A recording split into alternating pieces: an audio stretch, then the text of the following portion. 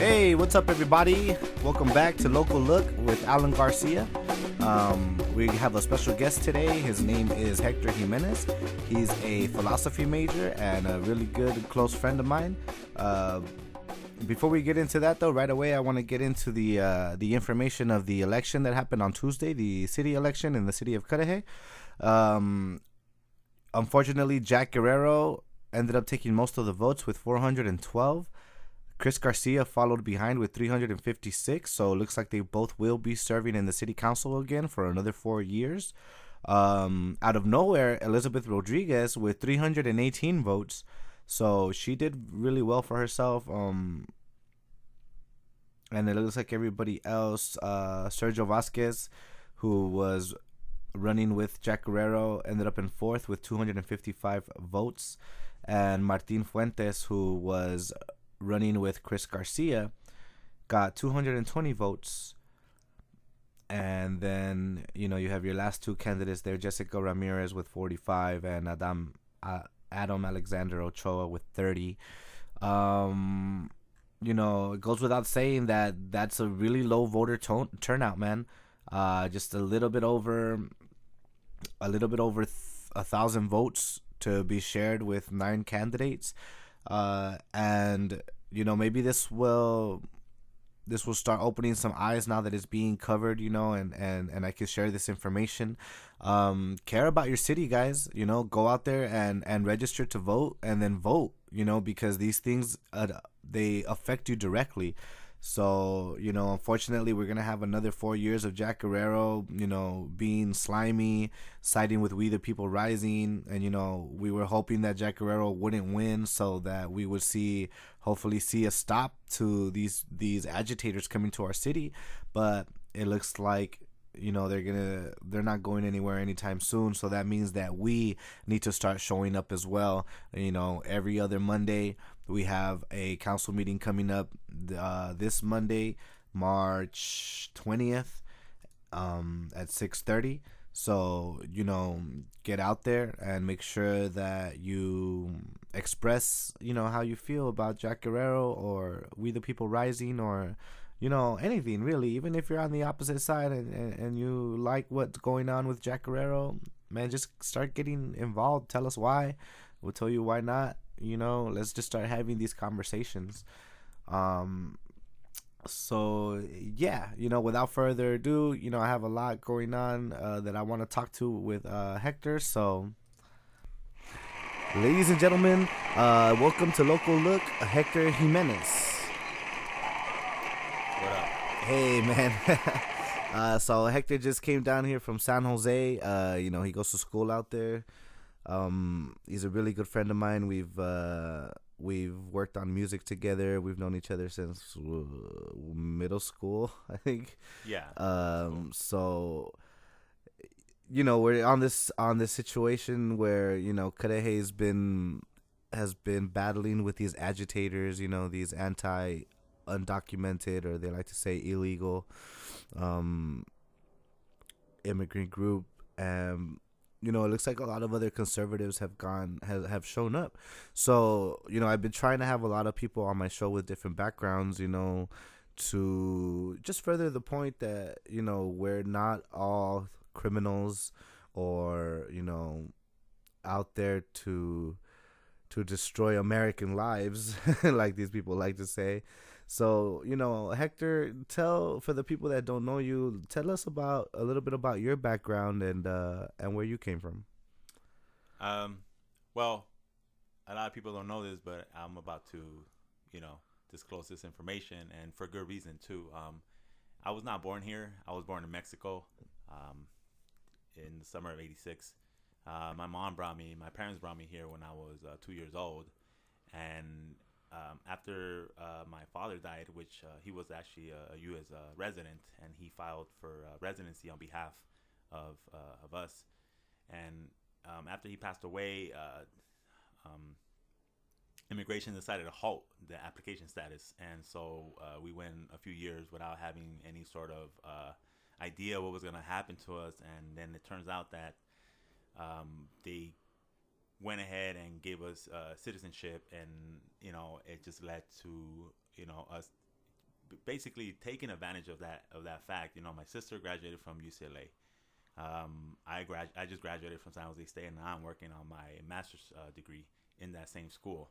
And my brother is about to transfer to a good school. He hasn't picked yet, but the point is that, you know, like, we have made the most of it. And now what I'm currently doing is I'm working with inmates at a correctional facility in San Jose, and I'm actually teaching them a logic and critical thinking course. That is actually, the curriculum is the same as you would have at a undergrad division class in any college. So they're getting, you know, the same curriculum. They're getting the same material. Nothing is sugarcoated, I guess you can say, right? So they actually have to earn and pass this class, and the grading rubric is the same.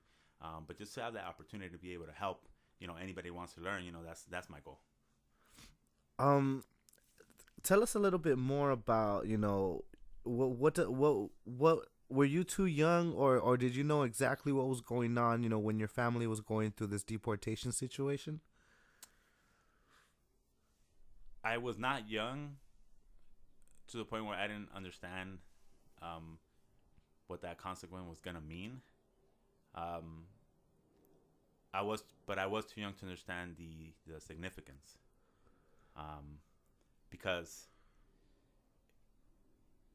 when my mom told me that, hey, you know, they might deport us because we don't know, they might ask us to leave the country, you know, voluntarily, just because we don't know what's gonna happen, you know, because of your father passing away, and that idea was just, I never really gave it thought, you know, and just looking back at it now, you know, I'm just glad things turn out this way, because, you know, like, people get deported all the time and families get broken up. My brother actually was born here as a U.S. citizen, and I could just imagine, like, how that was going to work out between, like, him staying and then being separated from his family, and not just on his part, but like on our end too, like me not having my brother, my sister not having, you know, her brother, and my mom not having her son. Right. So your brother probably would have ended up like in a home, like in a foster care system or something like that. Yeah, it would not have been great for him. Probably. That's crazy. You know, people say, like, a lot of these agitators, they like to say, get in line, you know, like there's some kind of line that you're supposed to go to get your citizenship. But that's a unique situation that I've never really thought of. You know, what if, you know, someone in your family was already going through the process and then that person passes away? You know, you, like, it kind of just throws a wrench in the whole process, and you try to do it right, you know, but, you know, that happens. And that's a crazy situation. So, you know, now you fast forward, you're 30 years old, you know, you're getting your education, you're graduating, you're working at this jail. What have you taken away from working with these prisoners who, you know, when they get out, they essentially want to be, you know, part of the system again. They want to contribute. They want to be a part of society. What have you learned? What I've learned so far, you know, being around these individuals, is that they're just like us. And what I mean is that, you know, there's no one in this world that has not been an offender or that has not been a victim, whether it's small or big. You know, we've all been on both sides of that table, and we've experienced done some sort of injustice to a person, and then someone done an injustice to us. So I go in there looking at it that way. I don't put myself like, oh, just because I'm a quote unquote free man, right? That's out in society, and I could do whatever I want. Doesn't mean I'm gonna come in here and let you guys know that, right? On the contrary, like, I go in there and I treat them with the utmost respect, you know, and I think that's an important thing, because, you know, like, you have these inmates that get out of jail or prison, and they want to do good, but just the fact that there's this stigma that's always gonna be there in society, like, oh, once you're a criminal, or once you have some sort of something on your record, or you have a felony on your record, then it's gonna hinder everything in your life, right?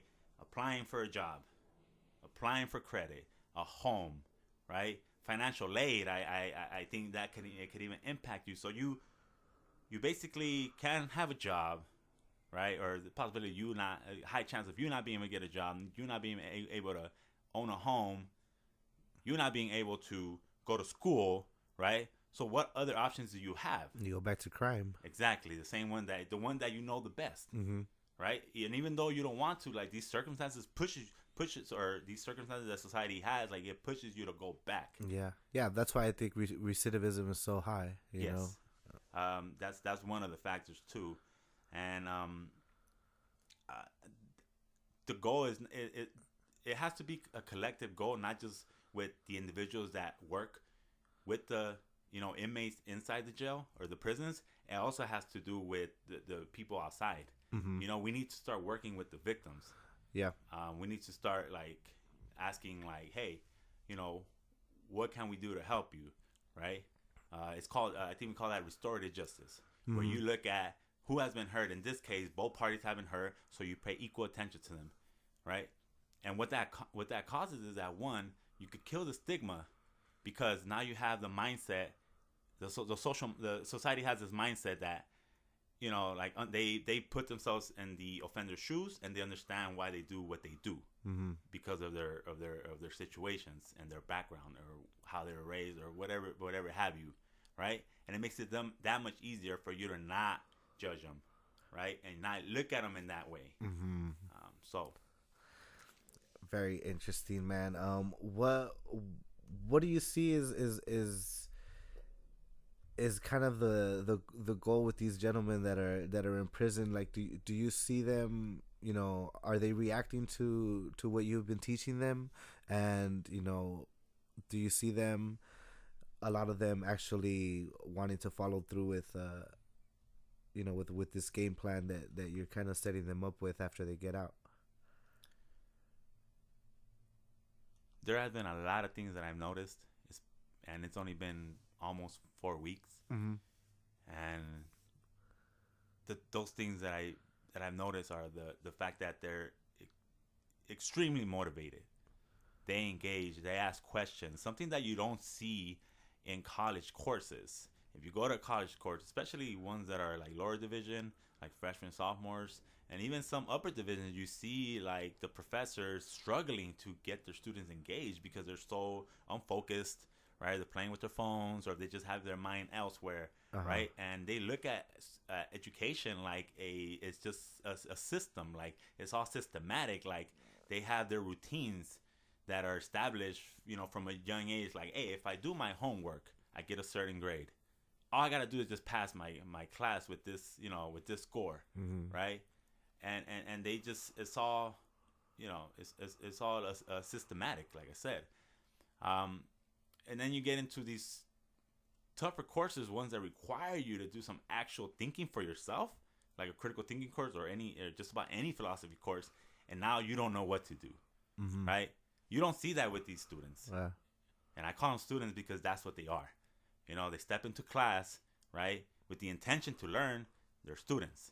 So these students, they go in there and they don't show any of those things that these other students show. I'm not saying it's a bad thing. I'm not saying that they're better and this is not good.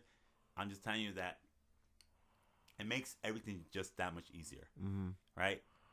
I think learning is a two-way street. Like I could learn so much from them the same way they could learn so much from me, right? And every day is a learning experience, right? And if I could motivate them, right, they'll be able to motivate me.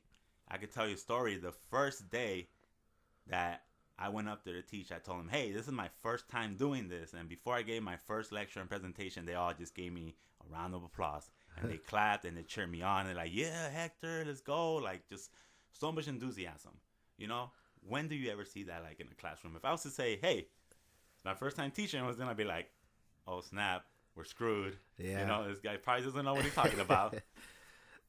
That's interesting, man, because it sounds like, when it comes to dudes that are doing time, they're a lot more open-minded to education. It seems like they kind of have, it's their way out, not just an option, so they're in there and they're engaging and they're paying attention, and if it's just higher stakes,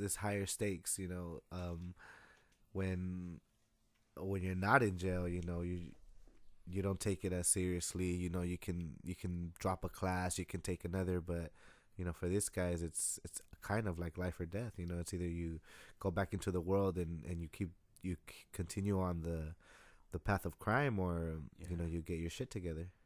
And yeah, I mean, just going off that, you made me think of. Well, I also run the study sessions, which is like 2 hours after we get like a 2 hour break, and then I go in there, and it's kind of like just being at my office and letting them come in and ask a question, right, if they need to. And some of these students, they share their fears, right, with me. And you know what their fear is, even though they don't explicitly say it, I could sense it. And it's the number one fear that they have is fear of failing. They're afraid to fail because they have the system or society already told you by being incarcerated that you have failed something or someone, whether it was the state, right, your city, right, your community, or your family or yourself. You have failed, right? And every single day they wake up, it's just a big ass reminder that they failed, right? And so they go into this class with that same fear, but at the same time, it gives them so much motivation to say, "Hey, not this time," So it gives them a big sense of urgency. You have no idea like how much sense of urgency these individuals have, right? And they plan everything so well. Like they ask the right questions to know whether or not like if this is gonna be beneficial. Because that's one thing. Another thing they've asked me is like, how can I use this in my life? How is this gonna make an impact right now, right? And with philosophy, of course, it's hard to sell that, right? But not really, Like you could tell them, like, okay, like just imagine yourself being in an interview and someone asks you, like, what is integrity? What does it mean to have integrity, right? That's not something that you can answer straight from a book because it's asking you, what is your version of integrity? What do you think integrity is? And that answer is the answer that's gonna make the difference, right? You're not gonna be reading off a dictionary and saying, oh, that's exactly what integrity is, and give their example. If you're able to, formulate your own example with your own, by using anything that ever happened in your life, right? Like that employer is going to see that and take that into consideration. And that's only one example, like that. I think a lot of people, don't, like, I've never, really often meet people and be like, well, my philosophy is, they never really like go inside themselves to even really think, what am I about? I'm gonna segue now into what you were saying, because I was thinking about what you were saying. I just didn't want to interrupt you, but being afraid to fail, or already telling these students of yours that they've already failed. And I'm gonna use that as a segue and say, is that what kind of these people now, or these Trump supporters, are doing with our undocumented? They're calling them already illegal because they came here undocumented. So therefore, like, those are your strikes already. You're already illegal, but it's semantics. So is that kind of what they're doing to us, or to the undocumented? I think what's going on right now, especially in the Trump era, or whatever they call it, I don't know. Yeah, that's a good. The reign of Trump. Yeah, the reign of Trump. It's kind of the same, but not really. I mean, in a sense, it's kind of the same, where you have like some sort of like higher power, or someone at the top saying, like, calling the rule or making the rules and saying, hey, you have failed, right? And just labeling you that. And now, because the system said that you failed, society follows. So let's take that.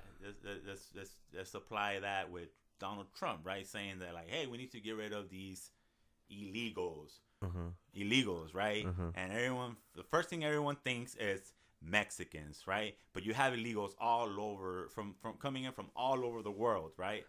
But for some reason, like Trump is targeting Mexicans only, right? Even though he might not say it, or maybe he has said it a few times, right? Even his executive order was not written in that order, Mm-hmm. like in that fashion, because it just said, I believe it said something about like criminals with any that executive order to target illegals that have, you know, that are doing crimes that are like high crimes, like transferring drugs or weapons, right? It also applies to citizens, Uh-huh. right? Um, Okay, so in your opinion, that society, is gonna follow in that path. So now, what when it comes to these claims, when they say all Mexicans are criminals or all illegals are criminals, and we need to watch out for Muslim terrorism. What do you think about that? First, I want to let everyone know that as a philosophy major, one of my main focuses is logic, and that has to do with the construction and deconstruction of arguments, right? Its validity and its if it's sound or unsound. It's pretty much getting to the bottom of it and really analyzing what's being said to get to the truth, right? Or at least like be able to argue correctly.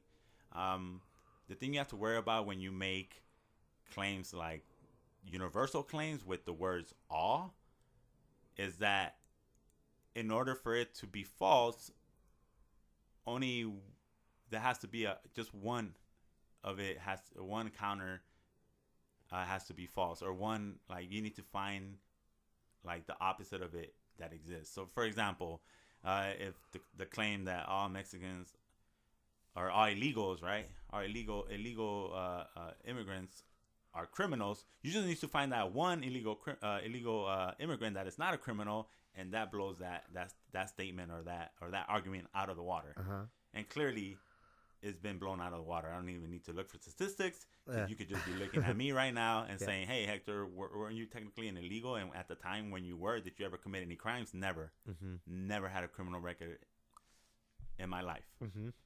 So, false.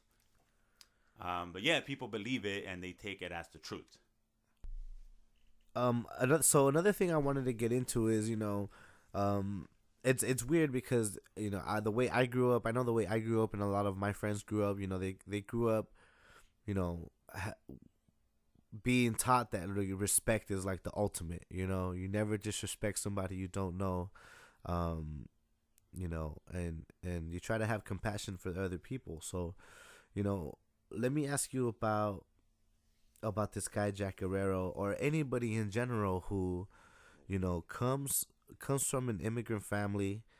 He comes to the United States. He goes to Harvard. He makes something of himself. He comes back to Cudahy. He runs for council. He was mayor for a while.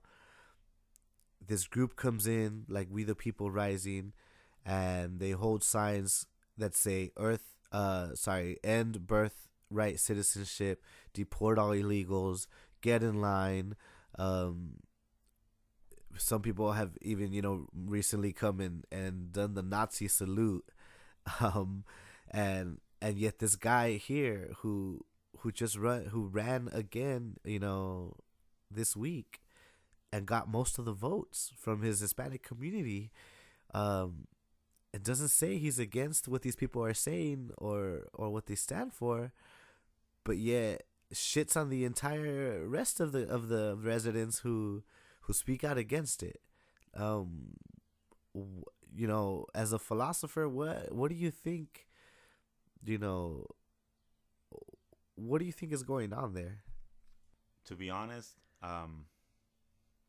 it's a shame, man. It really is. Just generally, like, you see that often, like, in terms of like when someone has this hardship and somehow makes it right out of that hardship and becomes successful in anything that they do or whatever it is that they wanted to do, right? And they get in this position of power, whether it's politics or just at work, right? And they get ahead. It's like they never want to look back at at that struggle and say like, hey, I'm sure not the only one that is going through this, and I'm sure, or that went through this, and I'm sure that there's gonna be people in the future that are gonna go through this shit, right? Maybe I should go back. Maybe I should just, remember where I came from and remember what I've been through so that I could help in the future.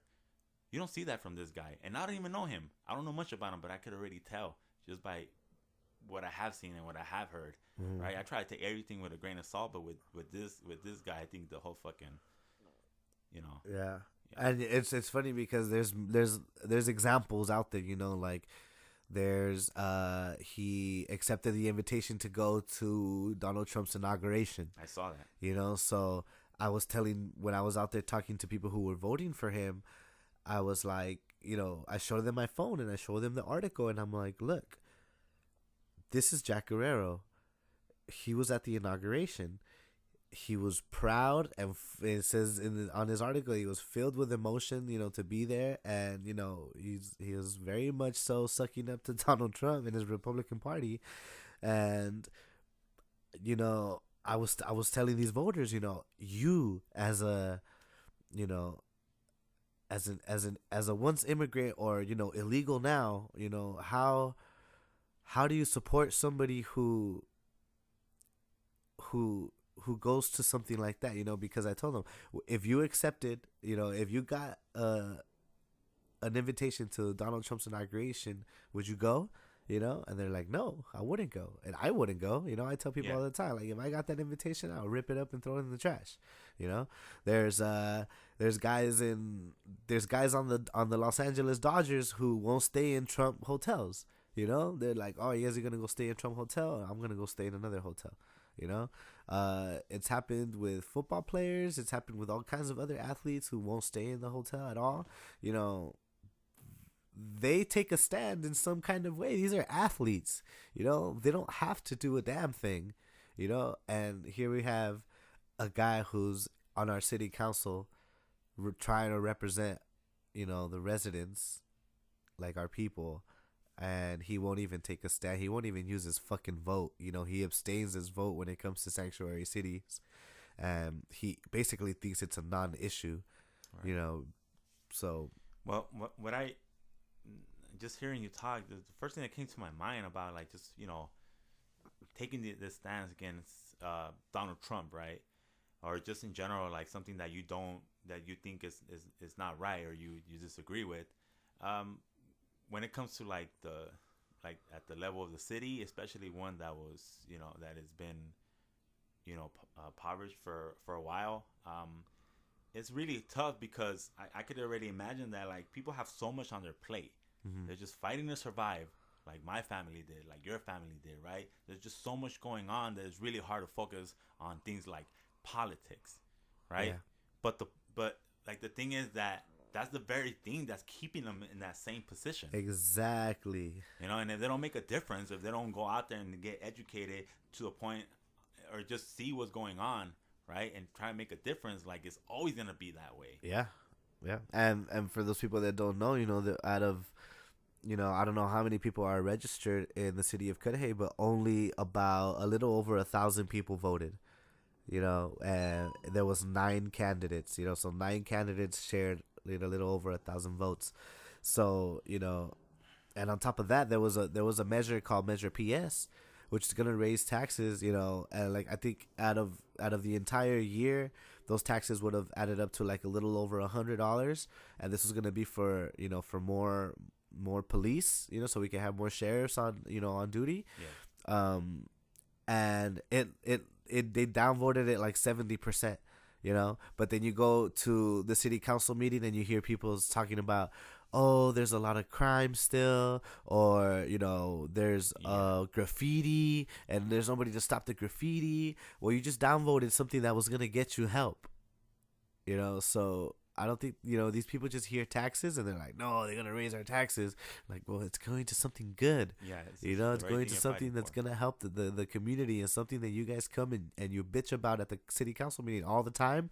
This measure was it, and they downvoted it. So yeah.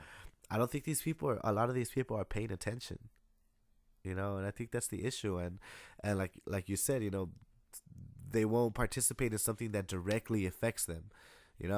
I don't have kids, but I'm out there. you know, Yeah. fighting for other people's kids, you know, because I know it affects everybody's kids, you know. There was a little girl that was on the other side, and she was cheering for Guerrero during the election, and I was like, man, that sucks, you know, because that little girl still doesn't understand that, you know, like Jack Guerrero shamed educators last Monday. You know, he told educators, "Shame on you," and a lot of the people that support him, you know, were calling the teachers ignorant and racist. And I was like, "What?" You know, like, you don't say that to our educators. First of all, and it's not racist to stand up for your people. You know, like, and then when they have the argument that they're standing up for their people, like, that's just nationalism, man. You know, it's people who believe that American lives are worth more than any other life out there. That's called white privilege. Yeah, and you, I mean, just I was looking, I was watching some videos from that We the People Rise. That's what they're called. Yeah, We the People Rising. So, whatever. And I hear those claims again. You know, like those universal claims, right? Like, oh, you know, people are taking our jobs. Like, you know, like I saw some lady say. Point at a kid in Cudahy at the park in Santa Ana where we always ball. Yep. Went into his face and said, "You're taking, like, your people are taking all our jobs, and you guys are illegal." So she's saying that illegal immigrants are taking American jobs, right? And then I asked myself, hold up, I'm pretty sure to get a job in this country by an employer, you have to have some sort of legal status and show some sort of like paperwork saying that, hey, I got a visa or I got a work permit or I have residency or citizenship, right? If they do hire an illegal immigrant, like, they will be in trouble. They will get in trouble. It'll be fines, right? You'll never hear the end of it, right? And especially if you're running a small business, that's the end of your business right there. So you're not even going to take that chance, right? So my question to this lady is, like, what kind of jobs are you applying for? Yeah, that is making you say these things, you know. And there are some jobs out there that require actual skills, right? That require actual education to get some of these higher paying jobs, right? And I mean, and are you talking about those jobs? Like, you need to. I think this group needs to start specifying without attacking, you know. Which jobs? Yeah, which job? Yes, which job? Yeah. Because my job, I could tell you, like, if someone pointed at me, like, you're taking my job, I'd be like, are you sure? Because, you know, I work so fucking hard for this fucking job, and you know what? It was offered to me. Yeah. You know, this job, the one I'm doing teaching at the correctional facility, it was offered to me. Based on your skills. Based on my skill. Or another reason is because nobody wanted to do it. There you go. Another job that they won't do. Like, they've asked, I think, 5 individuals, and for whatever reasons, they did not want to do it. And then they're like, oh, okay, it was all a big coincidence how they found me, but they did, and they asked me, and I did not hesitate. Yeah. Right? So, like you said, like, you know, what jobs? Like, there's some jobs that just people don't want to do, and then you're going to point at them and say, you took my job. Yeah, you took that job that I'll never do. Yeah. That job that I'm not even fighting for, you're taking it. Or that job, I mean, it just gets too crazy and hilarious, actually. Yeah, it's nonsense, man. You know, and like you said, you earned your job. You know, you went to school and you graduated, and it's not like these people can just get that job. You know, there's something you have to work for, and you know, that kind of shows, you know, that, you know, our the contradiction of these people. Like, are we taking your jobs or are we criminals? Like, which one is it? Are we out committing crime or are we out working? Because you're saying we're taking your jobs, but, you know, we're also out there raping and killing and doing all that. So which one is it? You know, we're either working so hard that we're taking all your jobs, or another interesting thing that I've noticed is that the focus is just so much on the southern border. Yeah, and no one bats an eye at the northern border. Yeah, I tell these people all the time. Like, you never talk about people coming in from Asia. Like, you never talk about people coming in from Europe. And you have, like, just a high rate of human trafficking through the Canadian border, and also, like, firearms being transported from Canada into the U.S. You know, illegally. And no one, and if the goal. If Donald Trump's goal, or just the goal of Americans that support Donald Trump, is to, you know, let's get rid of the crime, or people that are doing bad crimes, right? And want to put a big wall, and smacked in between Mexico and the United States, and why not put one also smacked in between Canada and the United States? I don't understand if the goal is to secure all our secure, borders, to secure everyone, and I'm gonna go out on a limb, and I'm pretty sure it's because, like the stuff that's going on over there, or at least the people that are doing it, right? They just look white. Yeah. And I think, like I'm not stupid. Like, just because no one wants to admit it and no one wants to say it, I will. Yeah. I think that these individuals, not all Americans, but the individuals that are like white supremacists, and they just feel like they are privileged over everyone else. Like, they just don't like the idea of living with someone that doesn't look like them. It bugs them so fucking much. And then they look for excuses. Yeah. Right? They look at reasons to point at and say, like, because of that, we don't want you here. But in reality, it's not because of that. Come on. Let's be real. Yeah. No, yeah, that's really what it is they're, they try to hide their racism behind patriotism, Yeah. And and they're like, oh, well, how could I be a white supremacist if I'm not white, because this group also has some Hispanics in it and whatever. But it's like, hey, man, you're supporting the rhetoric, and you're standing behind a guy who's, obviously anti-illegal immigrant and anti-LGBT, like Arthur Schaefer. And it's like, you're standing right behind this guy, and you're supporting everything he's saying. So what do you want me to call you? I can call you an idiot. For that would be way better, for me and for you. Yeah. But, it's funny how the Republican Party continues to flip these people and get them to protest against things that are like within their own interest, something like giving us amnesty or helping people getting a path to citizenship, And then I bring up this argument all the time too, and it's like, you want us to go through this process, but depending who the fuck is president or in what era, it changes the process, Like, we talk about Reagan and how Reagan, gave people amnesty. And then we talk about, how then, Bill Clinton came in, and he was actually like really hard on immigration. And then, you have George Bush, who, when 9/11 happened, was like, hey man, let's not blame our Muslim brothers and sisters. Like, it all depends on like who's president at the time. And like, people that are struggling in whatever third world country, they don't have time for that. Yeah. I don't have time to see who the next president is going to be and hope that they're going to be progressive and, hope that they're going to bring some type of immigration reform. I'm starving right now. Mm-hmm. I'm going to go and try to get mine right now. Yeah. I'm going to go try to get paid right now.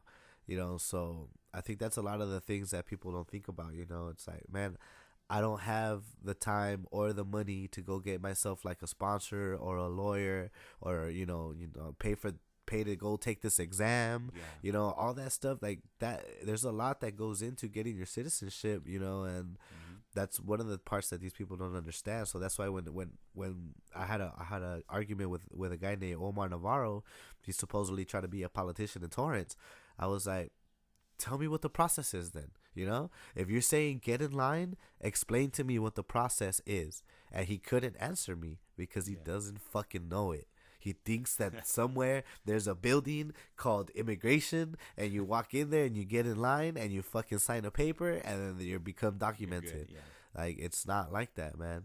And coming from somebody whose parents did it, like, I fucking know it takes money, it takes time. They have to study to get all these questions right. That, by the way, I think more than 30% of the United States American-born citizens will fail that exam because they don't fucking know the answers to, when the Constitution was written. They don't know, when the Declaration of Independence was signed. Like, they don't know any of that shit, and that's stuff that, for a lot of it, I forgot too, like, there's a lot, like, I'm really bad with dates, but when it comes to, your three branches of government. Yeah. There's no, man, people cannot answer that. There's no way. A lot of people don't fucking know the answer to that. So I guarantee if we force this citizenship exam on like a bunch of American citizens, we would have to deport half the country. For the greater good, I'm sure. Yeah, because I mean, fuck, half the country already doesn't vote. Yeah. So they're not engaged. So how could they possibly know? Right. So yeah, that's a thing that's funny to me. Like, yeah, and then again, the question would be like, well, would you rather have like someone that wasn't born here and wants to come here and wants to do that shit versus someone that's here and just fucking just chilling and not really giving a fuck, and right? Just like I said, you know. So then who becomes the lazy freeloader at that time? It's you, because you're American and you think you're entitled to all this shit and not work for it. Right. Meanwhile, you got people who gave up their entire life, to come and start a new one. So yeah, man, I think we're gonna end it right there, dude. Hector, thanks so much for coming on to Local Look, man. Thanks for having me, bro. Happy to be back. Let's turn up. Clipper game's about to start. Yeah, nobody cares about the Clippers. So yeah, man, so we're out of here. Thank you guys so much for listening to Local Look. A lot of stuff going on, so just to everybody out there, stay engaged, stay positive. We could definitely flip this thing with Jack Guerrero. We just start showing up, start applying some pressure into what he's doing, and hold them accountable, and hold all the other guys accountable too. If they do anything that I don't agree with, you best believe I'm gonna be up here on Local Look talking about it. I'm not, for lack of a better word, I'm not gonna be dick riding on Chris Garcia or Chris Markovich or any of these dudes. If you're doing bad, if you're doing something I don't like, I'm calling it out. So yeah, man, hit me up on Facebook.com. You can find me at Allen Rocks Southeast LA. You can find me on Instagram, Garcia_De La Rocha. And you can find my podcast, Local Look, on SoundCloud.com/KnowYourEnemyBand. Let's stay involved, guys. Peace out. See you next time.